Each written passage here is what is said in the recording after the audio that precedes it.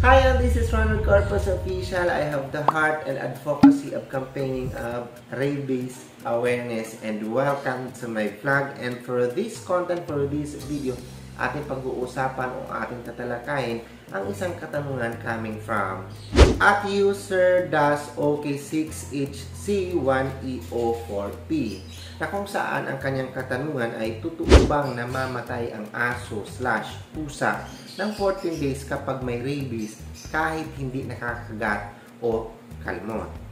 Ang kasagutan ay yes. So, maaari po silang mamamatay sa loob po ng 14 days.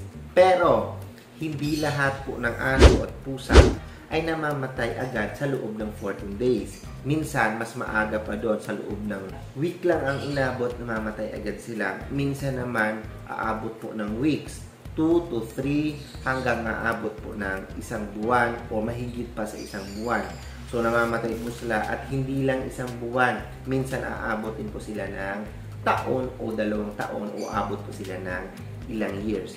Bakit? Depende po sa kanilang immunity and resistance doon po sa rabies virus. May mga aso at pusa na masyadong malakas ang kanilang immune system and resistant sila doon sa rabies virus at kaya nilang labanan ng ganun katagal.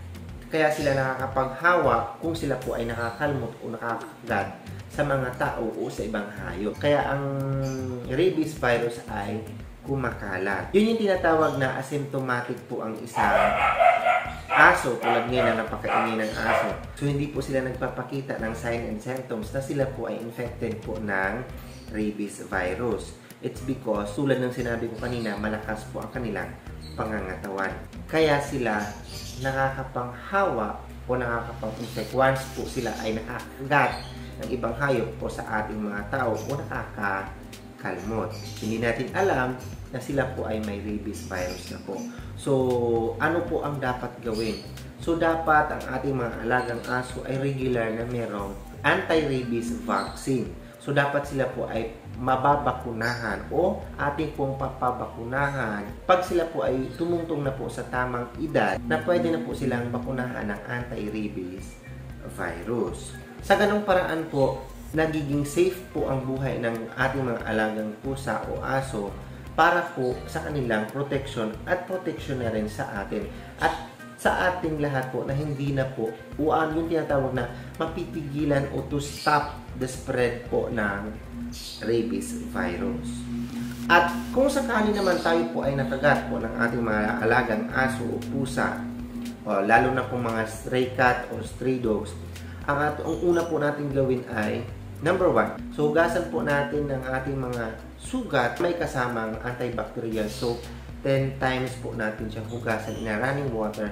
Pagkatapos po natin hugasan yan, agad-agad po natin dalhin ang ating mga sarili o kung sino po ang nakagat ng aso o pusa sa pinakamalapit na animal bite center o hospital para po mabigyan po ng anti-rabies vaccine para po maproteksyonan po ang ating sarili na hindi po madali po ng rabies virus. Alam naman po natin na ang rabies virus is very fatal. Ibig sabihin po, nakakamatay.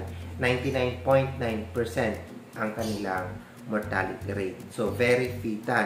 So, kailangan po natin sila agad magpapabakuna ng anti-rabies vaccine. Yun lang po ang tanging paraan para makaligtas po sa nakakamatay na rabies virus. So, yun lang. So, sana nabigyan natin ng kasagutan ang katanungan coming from at user OK6HC1EO4P. So, once again, this is Ronald Corpus Official na nagsasabi, kung hindi ka pa nakasubscribe ng aking YouTube channel, so please subscribe to my YouTube channel, and kung nagustuhan mo yung content na ito, so pakilike, and kung ito po ay karapat-dapat i-share, so i-share po natin para po sa kaalaman nating lahat. And mag-leave po kayo ng comment, any suggestion or opinion for the next vlog, or additional information about this content, so don't hesitate to leave a comment. And pinaka-importante mga ka-official is huwag niyong kalimutan i-click ang aking notification bell para updated kayo sa lahat ng video na gagawin ko dito sa YouTube. Nagpapasalamat din po ako ng buong-buo sa inyong walang sawang suporta ng aking YouTube channel. I love you all. Bye-bye.